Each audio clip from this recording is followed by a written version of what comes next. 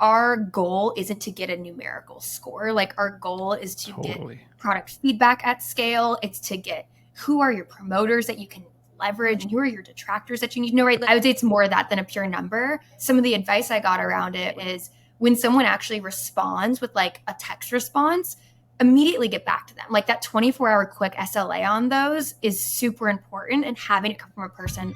Once again, welcome to the Digital Customer Experience Podcast with me, Alex Turkovich.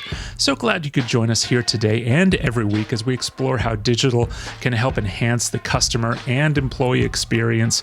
My goal is to share what my guests and I have learned over the years so that you can get the insights that you need to evolve your own digital programs. If you'd like more info, need to get in touch, or sign up for the weekly companion newsletter that has additional articles and resources in it, go to digitalcustomersuccess.com. For now, let's get started.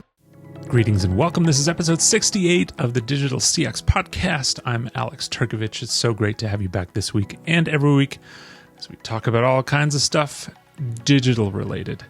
I want to extend a warm welcome to this month's title sponsor, which is Vitally.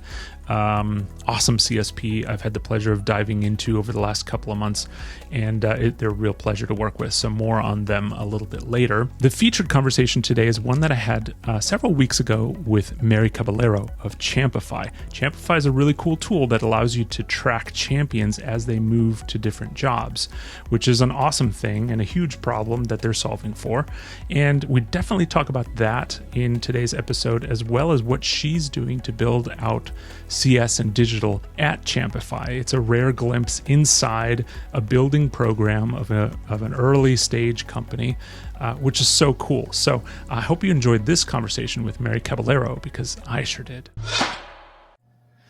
Yeah, you are here because you are in a cool and unique scenario that we haven't discussed much on the podcast, which is to say you are very much heading up the customer-facing effort of an early-stage startup called Champify, which I'm crazy excited about. Hearing your journey and what you're doing to lead digital first and whatnot. Do you want to give everybody a little bit of a background and story of your life and how you got here? Yeah, absolutely. So I actually undergrad studied math and computer science. I have this very technical background I didn't use in the early stages of my career as much. And then I've kind of come back to think about how I can make my current job more data-driven. Started out of school working in finance and investing, and after a bit got into tech. I started at Plaid, the fintech company, in account management. That was my first foray into scaled account management. At the time, they were hiring out a small team of scaled account managers for the first time. I was one of 3 account managers brought in, and they were defining what it even meant at Plaid. So do you segment these accounts based on headcount, based on ARR? How many accounts can a scaled account manager, manage at once? So that was like a really interesting experience. I was there for 3 years, but after a couple years of that, I moved into a strategic account management role. And so that's a bit more of like your vanilla, manage 20 customers, thinking about upsells, deep customer relationships, working with key stakeholders. So more proactive instead of that reactive process that it can be as a scaled organization. And then 2 years ago, I joined Champify, which is this seed stage sales tech startup. And we're basically working on powering the repeat customer channel. So you have all of these deep customer relationships that so many different teams have helped build, right? You think about sales that build those relationships pre-sale. You think about customer success that are building those post-sale relationships. And then you're like product and engineering teams, right? Not only do you have those like human to human based connections that you're building, but like great experiences in the product. So it's thinking about, okay, when those people change jobs, how can you take all of that value with them? Yeah. And so we're surfacing up, right? If they're the right title and the right account, making sure that the salesperson knows about this and can engage them. So helping them on like the who to reach out to, the why and the how, in like a operationalized manner. So that's what we're doing at Champify. I was the first hire, so my job description can be kind of extensive, but the current mandate is all things post-sale. You said it earlier, kind of like everything that touches customers. So whether it's onboarding, renewals, customer education like docs, customer marketing like case studies, and then anything kind of like product feedback, product beta. So pretty Yeah. much anything that touches our customers is what I'm now owning over there. That's amazing. I don't know how you do that, but but tis the startup life. That's really cool. So, the computer science thing is interesting because I would imagine now that you're in this position, that has probably come in handy just from a contextual knowing what your coworkers are up to, kind of knowing the context of their roles and the challenges that they face. Do you find that being in customer facing role, but having that technical background has served you well? I think it has. And I would say more so my time at Plaid, because it's a bit more of a dev tool where I'd work with product managers, but the people that are using Plaid and building with Plaid were engineers. I think it did give me a lot of empathy for their situation and also a good understanding. The technical docs made sense. Now we're a bit more with ops teams and thinking about revenue tool stacks, less about touching a customer's code base, but definitely I was very happy to understand a lot of that context in those more technical conversations. Yeah, for sure. We talked earlier before we started recording about, you're in New York City proper, which is awesome. Where are you from originally? I'm from the DC area. Okay. Went to California for school and now I'm back on the East Coast. Oh, you went coast hopping. I did. Yeah. That's cool. But you're East Coast, that's your home, right? It's where so much of my family and my friends are, so I definitely call it home. Yeah, that's cool. Okay. Well, look, we are talking digital, and one of the questions that I ask all of my guests is essentially, what their definition of digital CS is if they were to meet somebody on the street and try to explain it to them. So what would you, especially in your world, I'm interested in your answer of what you would say. Yeah, I think this does relate to being a slim team, but I was talking to Christy Hollingshead from Heap a couple weeks ago, and I really liked her definition, which was doing more with less. And I do think that kind of goes into my main ability to unlock capacity when I'm in a situation at the startup is what can I do digitally? So I really liked her definition, and it's kind of the cross section or the combination of customer marketing, customer education, customer success, and ops, but really just kind of using the digital tools we have at our disposal to up level the customer experience. Yeah, I love that. Wait, your scope is super broad, right? And the things that you do, like you mentioned 4 or 5 different things that in a lot of other organizations would be a leader's full-time job with 4 or 5 people under them, getting it done. And so I'm curious also, because a lot of what I think about when I think about digital is, yes, more with less, customer experience, using tools to help serve the customer and things like that. But I would imagine that you are also probably utilizing a lot of things internally to help you out from a productivity standpoint, or really managing all those work streams. What does your day in the life of kind of look like? Yeah, one of the tools that I love that I would give a shout out to is Thena.ai. And they help. So kind of if you look back, how customer success has changed, so much of it's meetings and emails. And we've moved into this world where Slack is way more common. And I personally have Slack channels with all of my customers. And so it's thinking about, if you're moving to a Slack-based world, how can you kind of consolidate or centralize your customer communications?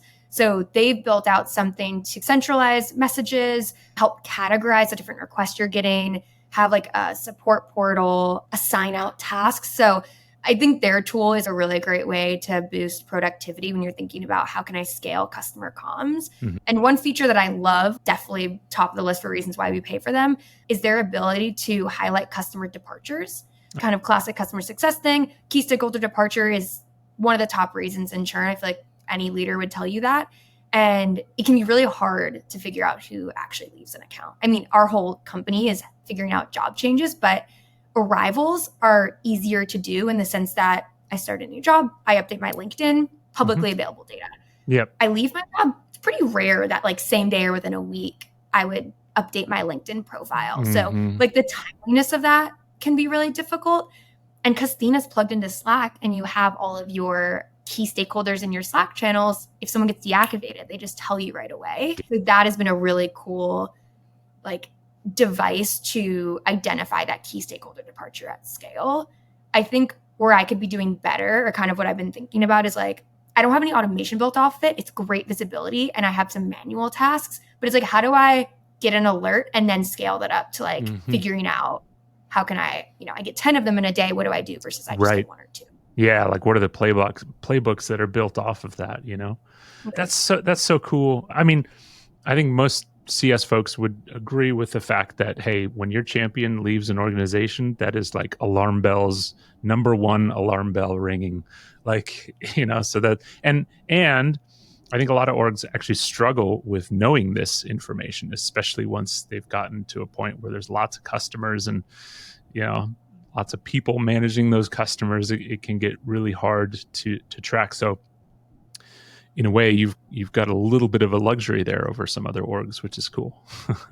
Yeah, it's very cool. And something that when I was back at Plaid and we would think about scaled customer communications, it was like, okay, what are we going to say to a customer? And then who do we engage with? And having that contact data, it's like, okay, well, I don't know if they're still there. How many people am I going to reach out to where it affects your email deliverability? And so that has been a great way for us to just like have the latest on who are our key contacts. So whenever you want to do something, whether it's start a renewals conversation or invite someone to a webinar or XYZ, you have a really good understanding of who those people are. You know who it is. Yeah. Yeah. Again, that's something a lot of orgs struggle with. So I would imagine that a lot of the things that you're focused on, because you're one person, is driving digital first stuff. Like you kind of have no option to be digital first. Can you talk through some of the things that you are doing to cover your customer base? So I kind of mentioned this, but like, yeah, it's the best way to unlock capacity. So it's figuring out like what are the things that take up the most amount of manual time? What are the things that are pain points for customers and like what outcomes do you want to drive? But for us, I spent tons of hours on calls with customers talking through X, Y, and Z thing. And so one, it was like, yes, written docs are classic, but embedding Loom videos into the docs has been really beneficial because you write something down, but you can explain it 30 seconds. It takes so much less time. And I think I've found that you send a customer something written and they're like, hey, let's talk about it. But when I send someone a Loom talking through it, I rarely get like, hey, let's schedule a meeting. So reliance on Loom, whether it's embedded in the docs or just something I use for async communications, has been super helpful. And then, of course, you can just recycle all of the Looms because you get a lot of the same questions. So that piece has been big. On the user education front, this is where when I think about like what'll drive the best outcomes or have the biggest impact, the way that Champify works is you surface up a ICP prospect at a target account. But and what we want is we want someone to have a closed won deal from that prospect. But to get to that, you need to have a sales rep engaging that person. And so we have this very heavy reliance on AEs and SDRs engaging their contacts. And so user education is something that I think a lot about because day to day I'm engaging with sales managers and sales leadership. And it's rare that I find myself in a room unless it's really pre-planned talking to the people that are actually using the tool. And so it's thinking about how do you drive like a continual education. The original way it worked, and I kind of get into what we're in the middle of launching, is when we launched with Champify at a customer account, we would do a live training enablement session, let everyone know what the tool is, how it works, value prop, etc. And I just think there are so many reasons why this one point in time training just doesn't actually accomplish that like scaled approach. You have new people onboarding at a customer account. You have people that are out of office, people that missed the meeting last minute, people honestly weren't paying attention. They have other things going on. And so they're not watching the recorded session. I was kind of exploring how do you give that continual education in a way that's bite-sized that people would actually want to read and that actually is impactful. I'm betaing it right now with a couple of customers. The plan's end of month to go live, but we have this welcome campaign where we're just taking the Champify best practices and spreading it out over a 7-day nurture, hitting people's inboxes. Right now it's email-based. I think we can think about like how to change it over time, but including like, hey, our AE uses this for a LinkedIn-based outreach. Here's like our best practice messaging. Like, hey, you're going to get this kind of email versus Slack alert. So again, spreading it out in a manner where we're not like slapping them over the head with like, here is a long, long email you have to read. And thinking of other things you can pull on, like sending it from our founder instead of from me or from marketing. Totally. So that's what that's the big scaled education play we're in the middle of launching. I would imagine you're somewhat of an avatar for Champify customers. You know what I mean? Like, oh, it's Mary at Champify. If they have a problem, I just reach out to Mary. Is that kind of the case, or are you isolated in that way behind systems, or like, what's the vibe if I'm a Champify customer? Yeah, I think that we made an early bet on customer success in the sense that, like, I was their first hire. I think it's rare that you would have someone with a customer success background be the first hire at a company. And so we highly value our customer relationships for, getting into new accounts. We're talking about referrals and references, right? Later stage, Yeah. product feedback. Like, there's so many reasons it's valuable. So right now, like, yeah, things are said on my behalf that maybe aren't from me, but usually things come back to me. Like, if someone ever responds to like marketing comms, it'll come back to me. I'm in like all of our channels with our customers. So this is when we talk about like, what does digital CS mean a year from now for us? I think it'll change. But for now, it's like the relationship base, like the human to human contact has been so huge for us. And so we try to maintain that when we can. Yeah. Yeah. I foresee, like, let's say 2-3 years from now, you guys are like Series B, rocking it, got like a bunch of customers, you've got a bunch of folks in the CS org, but Mary at Champify is still a thing. Like, that's where all the emails come from, and that's who the ghostwriter in the community is, and like all that kind of stuff. Like, there's huge merit to that kind of stuff, because what you mentioned, like that personalization and that relationship that you've built with customers, and people are smart. They know it's not you. Like, I get like Riverside, the platform that we're chatting on, I get emails from them all the time. I think it's Abe at Riverside or whatever. Who knows if Abe is a real person, but I've gotten used to seeing Abe's name in that stuff. And it's like, oh, okay, it feels more personal than like info at, or, I don't know. Super real. And I lean heavily on that too. When I think about, hey, this education campaign is going to come from Todd at Champify, not marketing at Champify. And I do think that, yeah, over time, like whether it's Todd at or Mary at, it is a good way to drive those kinds of like adding in the personalization where you can. But I get that kind of like, oh, is this clearly automated? But then to your point, you get them all the time. I get them all the time. And I'm like, no, this is what everyone does. You have to really put yourself back and like, you can't be one-to-one all the time. You can't be. And, you were talking about automation earlier, like Hey, I want to have a brief chat with you about this show. Did you know that roughly 60% of listeners aren't actually subscribed to the show on whatever platform they're listening to it on? Now, as you know, algorithms love likes, follows, subscribes, comments, all of that kind of stuff. So if you get value out of the content, you listen regularly, and you want to help others to discover the content as well, please go ahead and follow the show, leave a comment, leave a review. Anything that you want to do there really helps us to grow organically as a show. And while you're at it, go sign up for the companion newsletter that goes out every week at digitalcustomersuccess.com. Now, back to the show. So where I operate most of my time, like we have these things that look like they come from the CSM, or they look like they come from whatever. They're totally automated, like regular reach out emails. But then if somebody engages with that, that's where the human comes in. Right. And I think that's the power of that kind of stuff, is because it kind of feels like a human started it, even though a human didn't start the engagement, but I think that's, scaling 101, I suppose. I don't know. Yeah, no, it's real, because another thing we're talking about now is NPS, which I think like our goal isn't to get a numerical score. Like our goal is to get product feedback at scale. It's to get who are your promoters that you can leverage for introductions and marketing content, and who are your detractors that you need to know, right? Like that's, I would say it's more of that than a pure number. But some of the advice I got around it, which goes back to your point, is when someone actually responds with like a text response, immediately get back to them. Like that 24-hour quick SLA on those is super important, and having it come from a person offering 15 minutes on the calendar, like there are ways you can scale it. You round robin with people, you figure it out. But that was a big piece of advice I got around like, yeah, it feels automated. NPS feels like it goes to a black hole. When you bring it back and it's like clear that we're reading everything and listening to you, like that's where you really drive. You are speaking my language right now, because like the number of, we're all very used to responding to these things. And we all know NPS, like everybody and their mom has gotten an NPS question. Like we know that.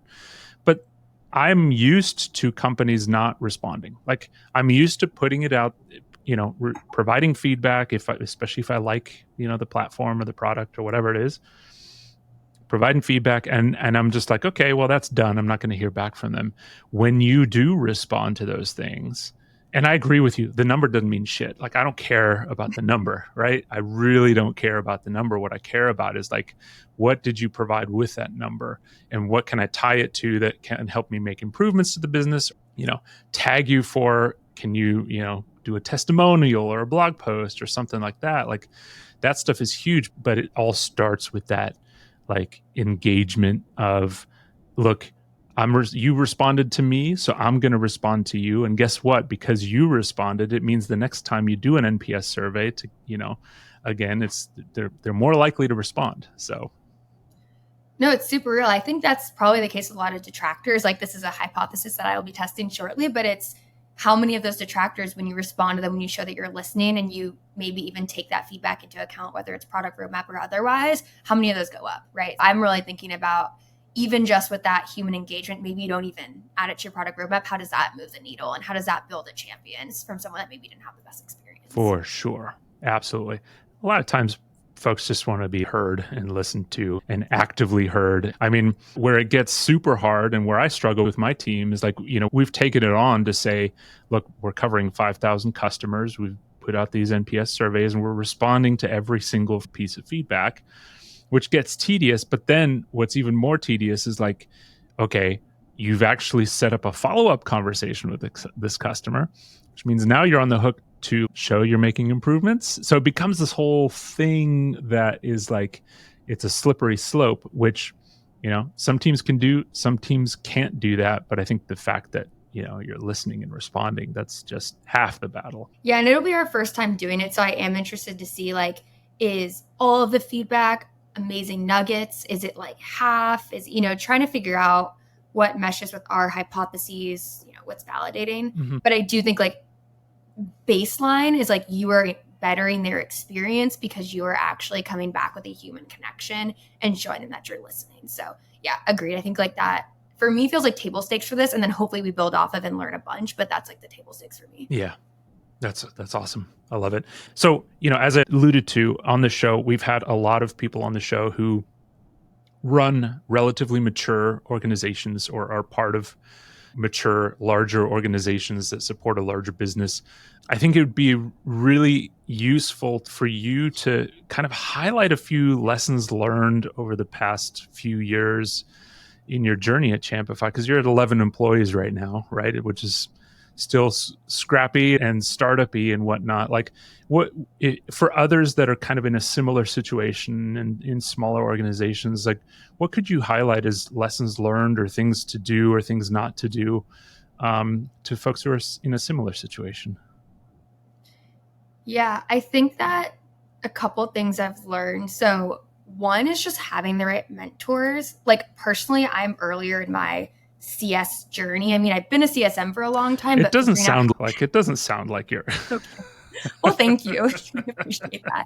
But kind of surrounding yourself by the people who can help validate your theories and tell you, hey, I made this mistake 3 years ago. This is what I recommend. So one is just like making sure you have mentors to support you. For me, it's Lane Hart. You actually had him on the show a couple weeks ago. Lane is amazing. And what's cool too is he doesn't have all the answers, but he knows enough people where he can point me in the right direction too. So it's not like you need one person to tell you everything. But again, it's like creating that network effect of like, then I talk to someone and then, you learn. So surrounding yourself with those mentors is really important. And then the other thing that's kind of just like a learning is I think a lot about like what key behaviors I want to drive.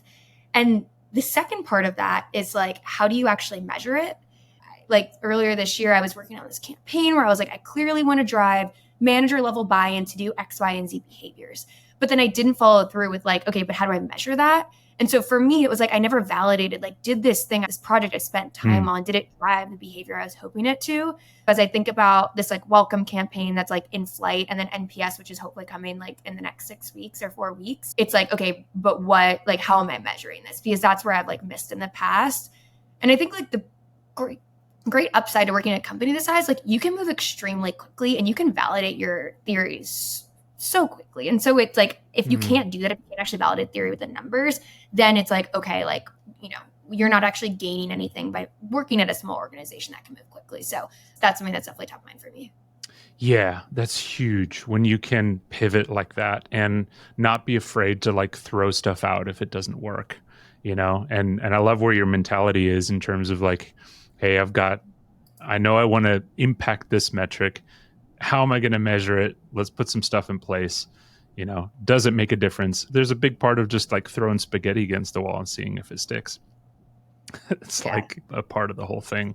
So, you talked about this kind of onboarding flow that you're testing and whatnot. What are some other things that are kind of on your radar that you want to go do to improve, like, customer experience, customer journey, all that stuff? So I talk about this NPS thing, which I'm going to get out the door and that'll be a process. But after that, it's how do I scale onboarding? Because right now it's like the meteor process that I'm engaged in. And I think there's pros and cons to it, right? It's a great time to get to know your stakeholders and have them trust you and show them that you understand sales and sales strategy. And there are all these amazing best practices that when you signed a contract and committed to working with us, we are now cashing in on that partnership knowledge to share. So it's a mixed bag where like it takes a lot of time, but it's a great time to spend with customers. So it's like, I want to really think about what friction points are there. What aspects is it really on product and engineering to work on? And then what aspects is it like from like whether it's customer marketing or ops or even just customer success, like where can I start to move the needle and scale onboarding? So I don't have any answers yet, but that is like very much on my mind. You can't one-on-one it as much as you'd like to. And, hopefully we all work in environments where the product kind of onboards itself. I know I don't. Like it's highly complex and hard and all that kind of stuff. That's where being tied into the product organization is huge, and probably where your background kind of helps you with that as well, because those in-product things that can be built out is just a massive time saver. Totally. And it's a good problem to have. It's like, well, if we're closing more deals and I have 10 onboardings this month, like I want to have that problem, right? Like we want to be bringing in customers, but if I had 10 onboardings this month, life would be tough. So yeah, it's really trying to strike the balance of never having that be a problem with launching customers, because we see time to value as like a really important metric we look at. But yeah, whether it's in the product or more education, a customer portal. I like when I was listening to a couple of these episodes, the concept of a customer portal comes up a lot, which Plaid did pretty well. Actually, they had like support and billing and design and like all these things wrapped into one experience. Yeah. And so it's like, what if we did that? Like, what would that unlock for us? So I kind of need to figure out, like map the journey out better. But yeah, onboarding is very much something I'm thinking of. Yeah, that's massive. That's cool. Well, I would imagine you don't have a lot of spare time on your hands. I'm always curious what's in people's content diet and what you're paying attention to, what you're reading and podcasts to listen to or whatever to help keep yourself kind of fresh and into new ideas. Yeah, this podcast I love. So that's a good one. I really like Emily Kramer's MKT1 newsletter, her like marketing one newsletter. If you've seen that, I have 5-6 years of customer success experience, but I don't have a lot of marketing experience. And shout out to our marketer, Taylor Dell. She's amazing. I've learned a lot from her. But those kind of, Emily Kramer is really good, like frameworks for how you think about that. And so I found her work to really play nicely into how I think about what campaigns under the digital CS umbrella I want to think about. So those are 2 ones. And then a book recommendation, which a little bit less on digital CS, but I think it goes more into building a company, building yourself and your career, and then also a really good understanding of like a work-life balance is, if you know Tony Fadell, he's the creator of like the iPad and the iPhone, and then he found his book Build is fantastic, and cool. I would recommend it to anyone. So our CTO sent it to me like I think in my first month in the job, and yeah, it's such a good one. That's cool. Nobody's ever recommended that, so I'll definitely dig into that. Build. Yeah, the marketing thing is interesting, right? And maybe we could spend a couple of minutes on just that relationship, because I think there are several key relationships that are super important when it comes to digital and just customer success in general. And one of those key relationships is marketing, because your audience is roughly the same. You're doing some outbound campaigns. You want to make it seem like you're one entity instead of like, oh, this email's from marketing and oh, this is from wherever. So what kind of things are you guys paying attention to when it comes to that? Or are you so small that it doesn't really, there's not a lot of effort that needs to go into it? I think it's a mixed bag. Where I find that when you're communicating with a customer is different than communicating with a prospect is on the sales side, you really have to lead with value and the value prop. And usually with customers, they get it. Like, yeah, you bring a new stakeholder, you kind of maybe need to start a couple steps back, but usually it can be a bit more like educational around here are the next steps, as opposed to like, let me educate you on why we're here to begin with. And that has been something that when I think about how do I write these more marketing-based engagements, I have to lead with value more, because I think that's just been a little bit of a shift, especially when we talk about the user-based campaigns. Like, I'm usually talking to leadership. I'm not usually talking to those sales reps themselves. And so they are kind of a new audience. And so you do need to think about, can we think about value first and then going through, hey, here are the tactical things that we're going to talk about and how we're going to drive success in your role. So that's been a little bit of a mindset shift. And I also think the tooling is really different too. Like I did scaled CS at Plaid, like I mentioned, but I also spent a lot of time in your classic customer success role where it is so much more one-to-one. And so it's just, again, shifting that mindset to, with marketing, what are you doing in Slack? What are you doing in email? What does it mean to run a webinar? Who do you engage with? How do you drive success with customers and make them happy by having them on a webinar, right? Like, I think there's a whole new version of customer success that you can drive through more of those like traditional marketing channels. Yeah. No, that's super smart. I guess one thing we didn't really talk about as well was like the whole reason why Champify exists. Like, because that's a huge problem. This thing of like people change jobs, because you think about the average deal cycle, right? You have several sales conversations. It's a 2-month, it's a 6-month, it's a year-long cycle. You're talking to these people, then you move to post-sale and stuff starts happening. People change jobs, champions go elsewhere, like move from company to company. And it can be like this massive effort to keep track of who your key contacts are. It is a massive effort, right? And so it's funny because hearing you talk about the kinds of things you're focused on as well is like directly related to the problem that Champify is there to solve. Is like, dude, who do I engage? That's like problem number one for so many orgs. Yeah, no, it's very real. And we find that people come to us for two main reasons. It's either they see this organically happening where customers come back to them as they change jobs and they're only aware of them because it's reactive, because someone came inbound. Yeah. But they're like, whoa, this makes up a really good percentage of meetings that we're creating or revenue that we're closing. These deals are closing much more quickly, right? People notice it happening and they're like, how do I operationalize this? So that's one way people come to us.